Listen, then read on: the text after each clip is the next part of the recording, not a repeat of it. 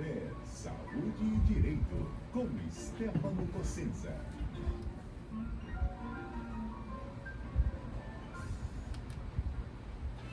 E hoje sem o Dr. Stefano, que está viajando, mas a doutora Lara Oliva, que é advogada da equipe do Dr. Stefano Cossenza, está aqui no estúdio conosco para um bate-papo super interessante, super importante para você que está aí nos acompanhando em casa, no carro ou no trabalho. Doutora, bom dia, tudo bem? Bom dia, Carol, tudo bem? E você? É um prazer estar aqui novamente. Um bom dia a todos os ouvintes. Prazer é todo nosso para falar hoje sobre a relação entre a Polícia Civil e a área da saúde, né, Lara? Isso mesmo. Hoje a gente trouxe o Dr. Daniel Carvalho, que é um querido amigo que eu tenho. Ele é delegado da Polícia Civil de São Paulo, especialista em Direito do Trabalho, Processo do Trabalho, Direito Constitucional e Direitos Humanos. Eu queria agradecer a tua presença e ter aceitado esse convite de participar aqui nesse bate-papo com a gente. Seja bem-vindo, Dr. Daniel.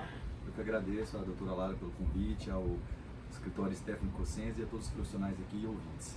A gente que agradece a participação e vamos lá para mais um papo super importante aqui no Café Saúde e Direito. Bom, hoje a gente vai abordar alguns temas, né, que relacionam a atuação da Polícia Civil e a área da saúde. Dr. Daniel, de início, a gente queria saber que você contasse um pouquinho pra gente como que a Polícia Civil atua em casos de denúncias de crimes de exercício irregular da medicina, né, que oferece um grande risco à população e é um crime bem grave, né? Olha, é um crime que está previsto ali no artigo 282 do Código Penal. É um crime de menor potencial ofensivo. O que significa? Que a pena não passa de 2 anos. A Polícia Civil ela atua ali no combate de qualquer exercício irregular da profissão, mas com muito mais razão no exercício regular da medicina, farmácia ou odontologia, porque é um crime cujo objeto jurídico é a saúde pública, então afeta toda uma coletividade. Então, tendo denúncias disso, a Polícia Civil faz a prisão dessa pessoa, essa pessoa assina um termo de responsabilidade para se comprometer a comparecer no fórum, senão ela vai presa em flagrante. Só mencionando aqui que é um crime que ele depende de habitualidade. Eu até brinco que se não fosse assim eu tinha que prender minha mãe. Porque ela tem uma farmácia em casa, ela quer medicar todo mundo, mas esse crime ele é o quê? Quando acontece ele? Quando ele é de forma não habitual, ou seja, eventual. Se tem alguém passando mal, você faz um atendimento, entre aspas, né? Esse crime ele não se configura, ele precisa dessa habitualidade e também em casos em que tem uma excludente, um caso de necessidade, é uma excludente, né, do fato ilícito, e a pessoa não responde criminalmente. Então, esse crime ele visa atender mesmo aquelas pessoas que querem se passar por médico ou que excedem os limites da sua inscrição. Excelente. Doutor, e um crime muito comum também é o tráfico ilícito de medicamentos, que envolve contrabando, falsificação de medicamentos e que envolve um trabalho conjunto entre a polícia e os órgãos reguladores como a Anvisa. Como que é feita essa investigação nesses casos e de que forma esses órgãos contribuem com a investigação? Olha, essas agências reguladoras elas têm um papel fundamental porque a notícia criminosa chega primeiro neles, a depender. Como aconteceu falsificação, quando acontece falsificação de cerveja, e na pandemia que aconteceu com álcool em gel, vários medicamentos, né, que foram, infelizmente, que as pessoas tiraram proveito disso. E a Polícia Civil ela atua de forma preventiva, mas muito mais repressiva, muito mais pós-crime, investigando os autores, identificando as redes de contato, da onde que vem a rota desses medicamentos falsificados ou essas importações que não poderiam ser feitas, e identificando quem são os fornecedores, quem são os compradores, e depois instruindo o inquérito com elementos informativos para pedir uma prisão, né, e enviando ao Poder Judiciário. E é muito comum isso, doutor? Não diria que é muito comum, tem fases específicas. Na pandemia foi bastante, né? Tem alguns medicamentos, por exemplo, como as pessoas devem saber, por exemplo, o famoso Pramil, né? Digamos assim, que ele era bastante falsificado ou importado de forma que não se deveria, mas sim, é um crime que, não vou dizer que é muito comum, mas que acontece com frequência. Certo. Ainda falando, né, dos crimes contra a saúde, o nosso Código Penal ele traz, né, um capítulo específico que prevê diversos tipos penais de crime contra a saúde. Além desses que a gente já comentou, quais você pode comentar que sejam assim os mais comuns? Existe alguma operação específica dentro da polícia para investigar esse tipo de casos? Então, O crime que estava muito em voga, né, durante a pandemia foi o do artigo 168 do Código Penal, que é impedir a propagação de doenças, né? As pessoas, elas deveriam ficar afastadas ou deveriam não se reunir. Isso acontecia bastante. Mas o exercício regular da medicina, como foi mencionado, ele é um crime com bastante incidência. A falsificação de medicamentos também, embora, quando eu quis dizer que não é frequente, eu quis dizer em Rio Preto, né? Na cidade de Rio Preto. Mas, nacionalmente falando, e aí é um combate, quando tem essa transnacionalidade, é um trabalho muito mais da Polícia Federal, que também atua em conjunto com a Polícia Civil, nesses casos, são crimes bastante frequentes. Uhum.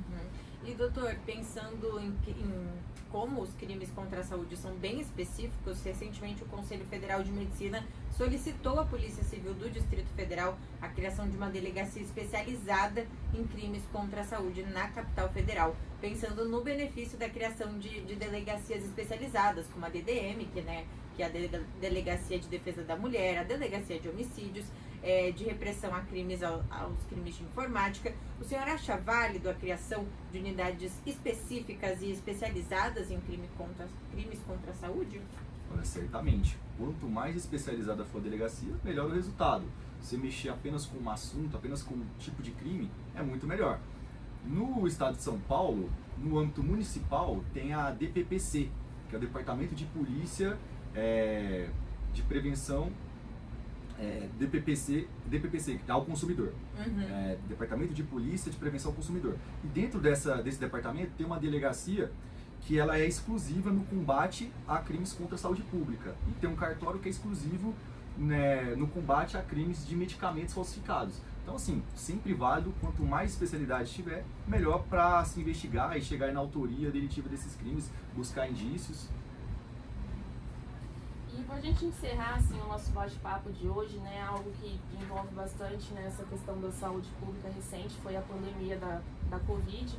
Eu queria que você contasse um pouquinho para a gente qual foi o impacto da pandemia, né, na atuação da polícia, se teve muita mudança na rotina de vocês, como foi estar ali à frente também, né, se colocando em risco para manter a segurança pública.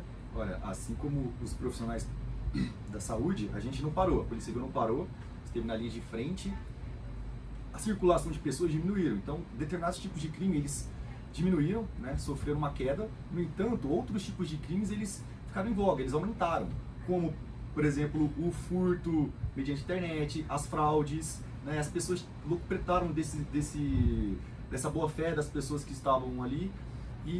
Mas em relação à saúde, o que eu posso dizer é que os crimes esses crimes, né, de falsificação de agulha, de medicamentos, e principalmente o artigo 168 do Código Penal, que era impedir a propagação. As pessoas elas não estavam respeitando, né, os limites, e a polícia atuava muito nessa frente, né, no sentido de desinformação também, né, teve muita fake news, e a polícia então atuou bastante nessa frente, nessa linha. E ainda nesse ponto, né, a gente pode pensar também no crime de que seria a dissipação de outras doenças, né, não só a Covid. Como, por exemplo, uma pessoa que é portadora de HIV e tem ciência de que ela é portadora e ela transmite isso para outras pessoas, também configura crime, né? Exatamente. Esse termo é um termo meio complexo, né, para quem não é do direito, mas vou tentar explicar de forma simples. Existem 3 correntes sobre esse tema. Que a pessoa que não sabe, ela vai responder culposamente, né? A pessoa que sabe disso, ela pode responder por contágio de doença venérea. Ela pode responder por homicídio doloso, né? Ela pode responder pelo resultado morte ou por tentativa, se a pessoa não morrer. E ela pode responder por lesão corporal qualificada, né? Que é por doença incurável. Prevalece esse último entendimento, que a pessoa que sabe disso, como hoje em dia a AIDS ela não tem esse condão de matar mais, prevalece esse entendimento de que a pessoa responde por lesão corporal qualificada, por doença incurável. Entendi. E seria mais ou menos o caso que se aplicaria às DSTs? Exatamente. Os casos da DSTs, porque hoje em dia se entende que a AIDS não tem mais o HIV não tem mais esse condão de matar, não tem aquela força que tinha nos anos 80, anos 90, então por isso responderia só por lesão corporal qualificada.